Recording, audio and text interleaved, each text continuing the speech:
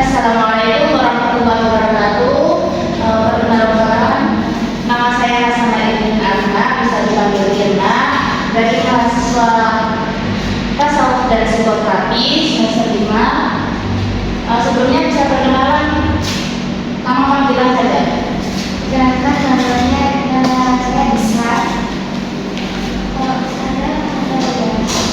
Saya Zaki. Ini angkatan 2024 ya. Ya. Jadi begini, di sini saya akan membahas tentang konsep kepribadian dalam Islam yang berlandaskan Al-Quran dan As-Sunnah sebagai sumber pembentukan kepribadian seseorang. Oke, langsung aja.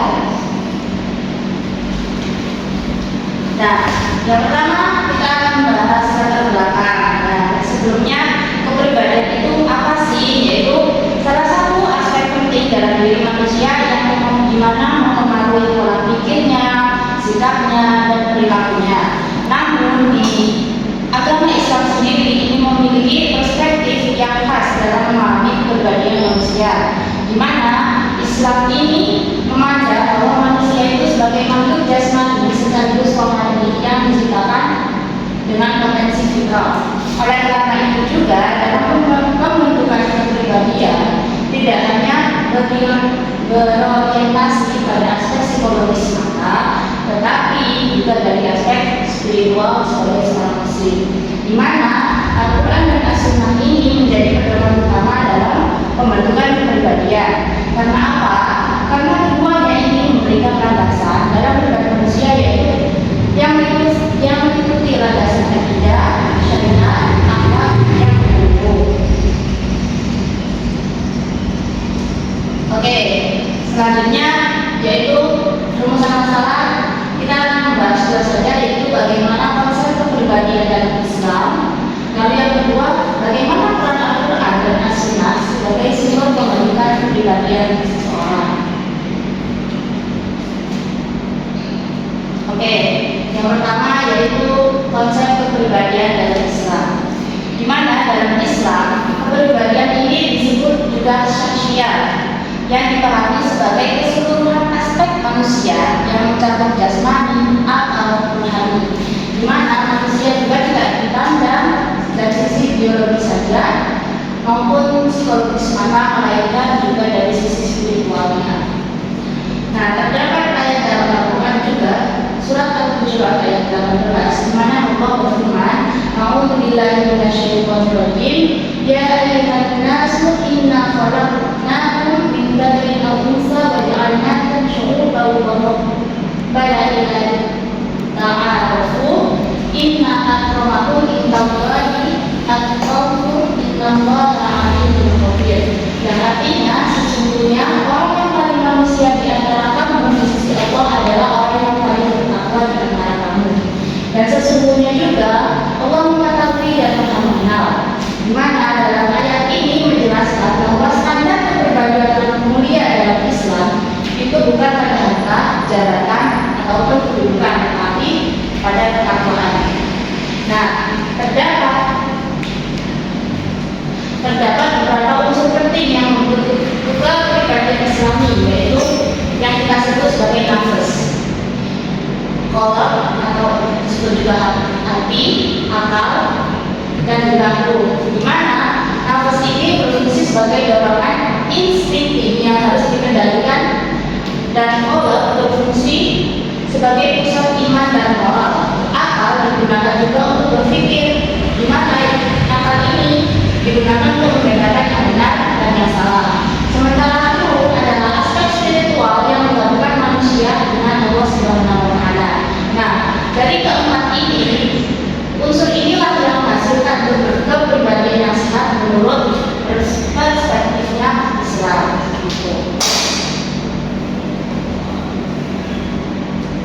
Lalu yang kedua yaitu bahasan kedua, peran Al-Quran dan As-Sunnah sebagai sumber pembentukan kepribadian.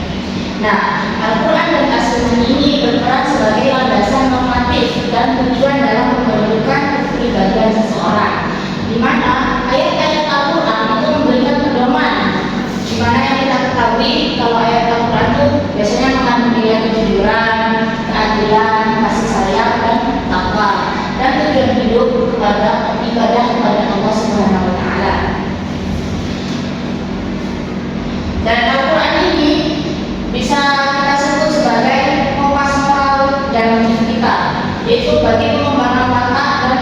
kualitas hidup seseorang muslim.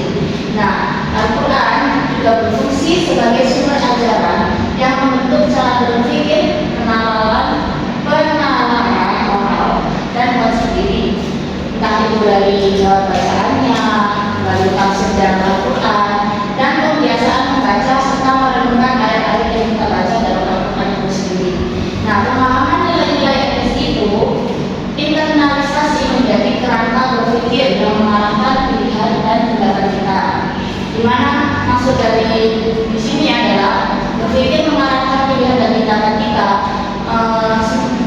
Contohnya ketika kita membaca suatu ayat yang menuju kita berbuat baik kebaikan, lalu ayat tentang berpuasa, bersedekah, seperti itu. Lalu yaitu as-sunnah. Quran as-sunnah sangat penting sebagai teladan praktis, di mana riwayat-riwayat Nabi menyediakan contoh konkret bagaimana nilai Quran ini diaplikasikan, entah dari cara berbicara, bersikap kepada orang lain, mengendalikan emosi, lalu etika kepemimpinan dan rutinitas ibadah, di mana semua ini menjadi pola tingkah laku yang dapat ditiru dan dibiasakan.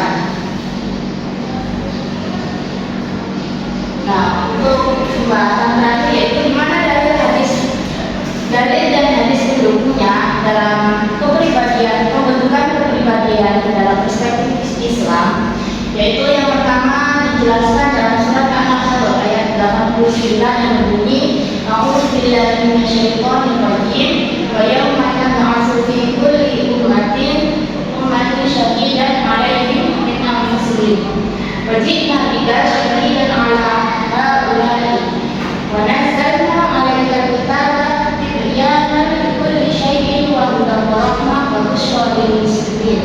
Dan artinya Allah menjelaskan bahwa Al-Quran diturunkan untuk menjelaskan segala sesuatu, menjadi petunjuk, rahmat dan kabar gembira bagi orang-orang yang beriman. Nah, dengan ayat ini menegaskan peran Al-Quran dalam membentuk kepribadian muslim, karena ia bukan hanya sebagai kitab hukum, tetapi juga pedoman moral dan akhlak, juga sebagai pedoman. Lalu hadis pendukungnya yaitu yang berbunyi qala Rasulullah sallallahu alaihi wasallam ini qad taraktu fikum syai'ani yang tadillu ba'dahuma kitabullahi wa sunnati akhrajul Bukhari. Rasulullah sallallahu alaihi wasallam bersabda dalam hadisnya yang menegaskan bahwa beliau meninggalkan dua perkara, yaitu Al-Quran dan As-Sunnah. Islam tidak akan tersesat selama berperang kepada keduanya. Hadis ini menegaskan bahwa pembentukan kepribadian Islam tidak bisa hanya dengan Al-Quran atau hanya dengan As-Sunnah, melainkan keduanya harus dijadikan satu juga.